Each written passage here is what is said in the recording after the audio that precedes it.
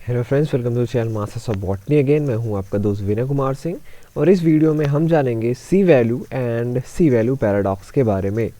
ये जो टॉपिक आपका आता है ये आता है आपका मॉलिक्यूलर जेनेटिक्स के अंदर, जहाँ पे आप देखेंगे जब हमें डीएनए के स्ट्रक्चर के बारे में उतना नॉलेज नहीं था, ठीक है, क्योंकि जो पीरियड है आप देखेंगे डिस्कवरी का जो पीरियड है उन्हें हम कई सारे पार्ट्स में बांट सकते हैं। एक जो अभी रीसेंट टाइम है हम बहुत कुछ जानते हैं डीएनए के बारे में, ठीक, उसके स्ट्रक्चर के बारे में, वो कैसे जो है इंटरेक्ट करता है अदर थिंग से। पर ये ओल्ड टाइम था, ये साइंस का ओल्ड टाइम था जब हम डीएनए के उस पे डीनेचुरेशन और रीनेचुरेशन एक्सेट्रा पे काम कर रहे थे, ठीक है। बस समय अमाउंट से मतलब था, उस समय कितना अमाउंट है किस में है हम वो देख रहे थे। तो उस समय की ये बात है, उस समय ये कॉन्सेप्ट आपका आया था। तो सबसे पहले हम बात करते हैं सी वैल्यू का।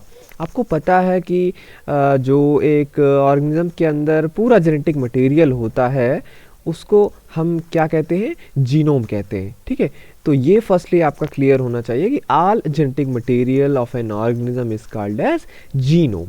ओके, अब जीनोम आ गया। जीनोम क्या हो सकता है आपका, डीएनए या आरएनए। जैसे मोस्टली आप यूकैरियोट्स में देखेंगे जो आपका जीनोम होता है वो क्या होता है, डीएनए का बना होता है या डीएनए होता है। वहीं आप वायरसेस में देखेंगे तो वायरसेस में आपको वेरिएशन देखने को मिलेगा। वायरसेस में जो जीनोम होता है वो आरएनए का जीनोम भी हो सकता है या डीएनए का जीनोम हो सकता है। तो दो चीज़ आपका क्लियर हो गया कि जो जेनेटिक मटेरियल होता है ऑर्गेनिज्म का वो उसका जीनोम कहलाता है, और ये जीनोम जो होता है आपका डीएनए या आरएनए होता है।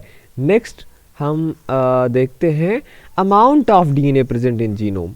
अब ये तो एक चीज़ हो गया आपका जीनोम कि भाई जो जेनेटिक मटेरियल है ऑर्गेनिज्म का उसे हम जीनोम कह रहे हैं, जो कि हमारा डीएनए और आरएनए है। पर ये जब हम अमाउंट की बात करते हैं, ठीक है, अमाउंट तो अलग चीज़ हो गई ना। जीनोम तो जीनोम है, आपने बोला कि भाई डीएनए है आरएनए है, क्या है आपका जीनोम, वो जितना भी उसका वो होगा वो जीनोम कहलाएगा।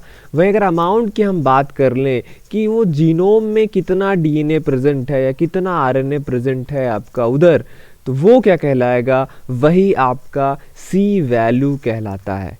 ओके, तो सी वैल्यू क्या है, C value is the amount of DNA present in the genome. अब वो जीनोम आपका किस में है, किस ऑर्गेनिज्म में है, डीएनए है आरएनए है, वो दूसरी चीज़ हो गई। वो मैटर करता है आप किस ऑर्गेनिज्म की बात कर रहे हैं। कोई मेंबर है एल्गी या फंजाई का, वॉर्म्स का, इंसेक्ट का, इकाइनोडर्मेट्स का, फिश का, या बर्ड्स हो गए, रेप्टाइल्स हो गए, मैमल्स हो गए, फ्लावरिंग प्लांट, बहुत सारी डाइवर्सिटी है आपको पता है।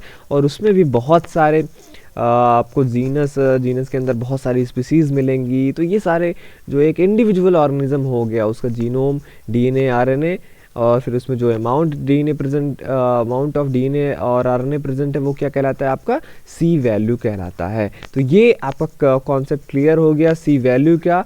नेक्स्ट ये जो सी वैल्यू है आपका, ये रेंज क्या करती है, स्टडीज़ हमें बताती हैं कि जो आपका सी वैल्यू है ये रेंज क्या करता है, ये 10⁶ बेस पेयर से कम, ठीक है, ये इससे कम, जैसे स्मॉलेस्ट प्रोकैरियोट्स में आपको ये देखने को मिलेगा जहाँ पे 10⁶ बेस पेयर से कम का आपका सी वैल्यू देखने को मिलेगा, ठीक, इतने बेस पेयर का उसमें डीएनए होता है या आरएनए होता है।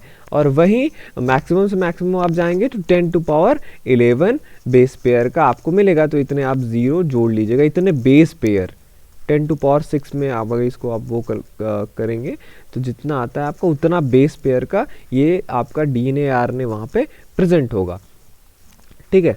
डीएनए अगर बेस पेयर की बात करें, ओके, तो ये हो गया ना आपका जीनोम, हो गया आपका सी वैल्यू, हो गया इसका रेंज आपको पता चल गया, ठीक। अब ये मान लीजिए रेंज हो गई, स्टडी हुई, एक जो इम्पॉर्टेंट स्टडी निकल के आई इससे वो ये थी जो आपको यहाँ पे देखने को मिलेगा, सी वैल्यू पैराडॉक्स जिसे हम बोलते हैं। सी वैल्यू मैंने आपको बताया, सी वैल्यू पैराडॉक्स अब हम देख लेते हैं। सी वैल्यू पैराडॉक्स एक्चुअली ये हुआ क्यों, मतलब ये इसका नाम ऐसा क्यों है सी वैल्यू पैराडॉक्स। पैराडॉक्स का अगर आप हिंदी मीनिंग देखेंगे तो बोला जाता है जैसे विरोधाभास, ठीक है।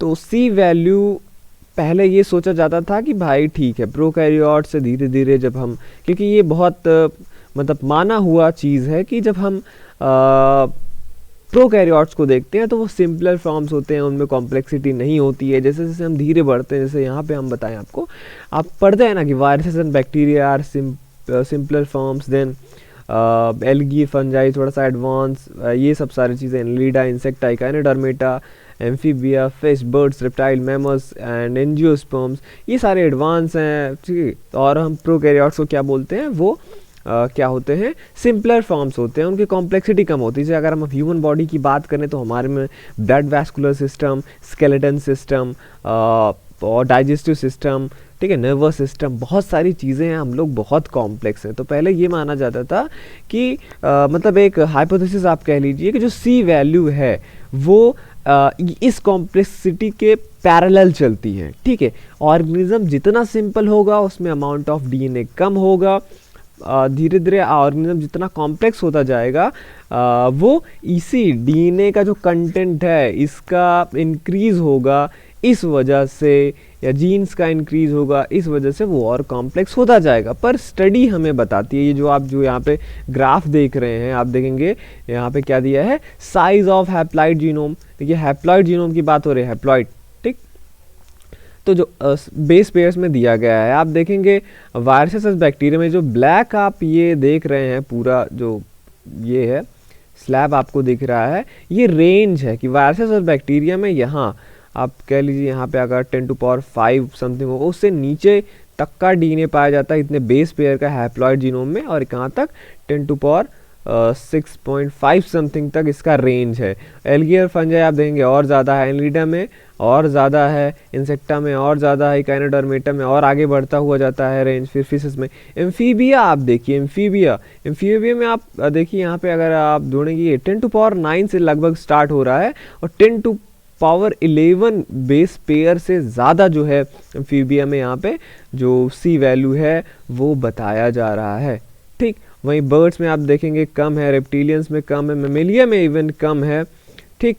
और एंजियोस्पर्म में भी इसका रेंज काफ़ी ज़्यादा है, ओके।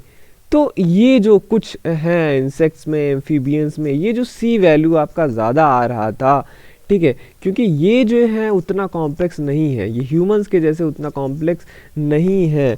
तो ये ऐसा क्यों हुआ कि इनका जो सी वैल्यू है वो ज़्यादा है, इनमें जो डीएनए का कंटेंट है वो ज़्यादा है ह्यूमन से, बट ह्यूमन जो है बहुत ज़्यादा कॉम्प्लेक्स है। वहीं आप अगर एम्फीबियंस को देखेंगे तो वो सिंपल ही दिखते हैं। तो ये जो आपका था, ये जो कह लीजिए आप जो डिफरेंसेस हैं, मतलब जो इंटर रिलेशन नहीं बना यहाँ पे डीएनए कंटेंट का और कॉम्प्लेक्सिटी ऑफ ऑर्गेनिज्म का, क्योंकि आप देख रहे हैं एम्फीबिया जो है वो लेस कॉम्प्लेक्स है ह्यूमन से, बट वहाँ पे डीएनए कंटेंट ज़्यादा पाया जा रहा है। तो इसे ही सी वैल्यू पैराडॉक्स बोलते हैं। तो सी वैल्यू मैंने आपको जीनोम के बारे में बताया, सी वैल्यू के बारे में बताया, और फिर मैंने सी वैल्यू जब कंपैरिजन आप करते हैं तो जो आपको यहाँ पे ये इंटर रिलेशनशिप नहीं मिलता है कॉम्प्लेक्सिटी में और डीएनए के कंटेंट में, उसको हम सी वैल्यू पैराडॉक्स बोलते हैं, ओके। अब यहाँ पे आप देखिए the C value paradox refers to the observation, definition आप लेते जाइए। The C value paradox refers to the observation, जो हमने ऑब्जर्व किया कि जो जीनोम साइज है ये यूनिफॉर्मली इंक्रीज नहीं हो रही है with respect to perceived complexity of organism. For example, जैसे एग्जांपल के तौर पे आप देखेंगे वर्टिब्रेट्स का जो है वो कॉम्प्लेक्स ज़्यादा है इनवर्टिब्रेट एनिमल से, लेकिन वहाँ पे ऐसा नहीं है कि इसी रेंज में आपको सी वैल्यू भी देखने को मिलेगा कि सी वैल्यू इनवर्टिब्रेट्स में कम होगी और वर्टिब्रेट्स में ज़्यादा होगी, या lower versus higher vertebrates animal, या आप वर्टिब्रेट्स में आएंगे तो लोअर वर्टिब्रेट्स में आपको सी वैल्यू कम ही मिले और हायर वर्टिब्रेट्स में आपको सी वैल्यू ज़्यादा मिले। हमेशा ऐसा नहीं होता है और इसे ही हम सी वैल्यू पैराडॉक्स बोलते हैं। ऐसे एग्जाम्पल के तौर पर आप देंगे some amphibians have more than 10-fold more DNA than do mammals including humans। तो कुछ कुछ एम्फीबियंस हैं वो ह्यूमन इंक्लूडिंग ह्यूमंस और मैमल अगर आप बात करें तो उनसे 10 गुना ज़्यादा उनमें डीएनए का कंटेंट पाया जाता है, और यही जो चीज़ें हैं इन्हें हम सी वैल्यू पैराडॉक्स बोलते हैं। ओके अब जब ये सी वैल्यू पैराडॉक्स पता चल गया, उसके बाद जो है डिस्कवरीज हुई, बहुत सारी स्टडीज़ हुई इसका रीज़न जानने के लिए। तो इसका रीज़न भी हमारे पास है यहाँ पे। several factors that help explain the classic C value paradox is introns in a gene. आपको पता है कि जीन में इंट्रॉन्स पाए जाते हैं। ह्यूमन जो इतना कॉम्प्लेक्स है और डीएनए का कंटेंट भले ज़्यादा है, तो वहाँ पे इंट्रॉन्स बहुत ज़्यादा हैं। रेगुलेटरी एलिमेंट्स ऑफ जीन जो होता है अकेले काम नहीं करते हैं, उनके वहाँ पे रेगुलेटरी एलिमेंट्स भी पाए जाते हैं, तो उनका भी यहाँ पे प्रपोर्शन है। स्यूडोजीन्स की बात करें तो हमारा डीएनए प्योरली, जैसे आपको बताया जाता है कि प्रोकैरियोट्स में यूजली जो होता है वहाँ पे इंट्रॉन्स वगैरह नहीं होते हैं, तो इंटायर जो डीएनए होता है वहाँ पे कोडिंग जीन्स ही होते हैं। पर ह्यूमंस में आप देखेंगे 98 to 99% समथिंग ऐसा था कि वहाँ पे नॉन कोडिंग जीन्स होते हैं। ओके तो ये स्यूडो जीन्स हो गए। उसके बाद मल्टीपल कॉपीज़ ऑफ जीन, एक ही जीन के कई सारे कॉपीज़ हैं, ठीक है। मैमल्स में या ह्यूमंस में इंटरजेनिक सीक्वेंसेस भी है वहाँ पे। रिपीटेटिव डीएनए जैसे मैंने आपको बोला इनका बहुत ज़्यादा अमाउंट है हमारे जीनोम में। तो ये सारे फैक्टर्स हैं जो एक्सप्लेन करते हैं कि ये जो सी वैल्यू पैराडॉक्स हम देख रहे हैं वो क्यों हो रहा है, ठीक है। क्योंकि अमाउंट है, क्योंकि सी वैल्यू क्या है, मैंने आपको बोला अमाउंट ही है। तो ये जो कॉम्प्लेक्सिटी के साथ रिलेशनशिप इसका नहीं बैठ रहा है, ये इस वजह से, ये इन फैक्टर्स की वजह से। क्योंकि ज़रूरी नहीं है जो ऑर्गेनिज्म कॉम्प्लेक्स हो तो उसमें ज़्यादा अमाउंट ऑफ डीएनए पाया जाएगा। अगर कोई लोअर ऑर्गेनिज्म है उनमें ये सारे introns, regulatory elements of gene, pseudogenes, multiple copies of gene, intergenic sequences, repetitive DNA, ये सब वहाँ पे आपको ज़्यादा मिलते हैं। तो फिर जाहिर सी बात है जो आपका सी वैल्यू है वो वहाँ पे आपको ज़्यादा मिलेगा।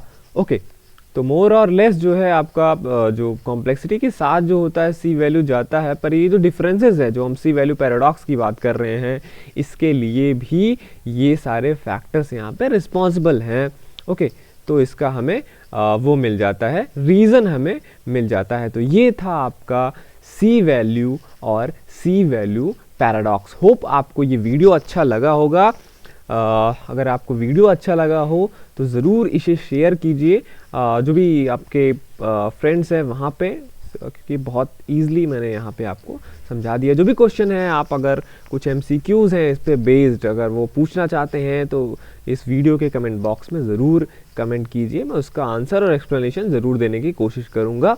आप ये वीडियो देख रहे थे आपके चैनल मास्टर्स ऑफ बॉटनी पे। अगर आपने अभी तक सब्सक्राइब नहीं किया है तो ज़रूर इस चैनल को सब्सक्राइब कीजिए। फ्यूचर में हम ऐसे वीडियोस लाते रहेंगे। चलता हूँ मैं। Thank you for watching this video.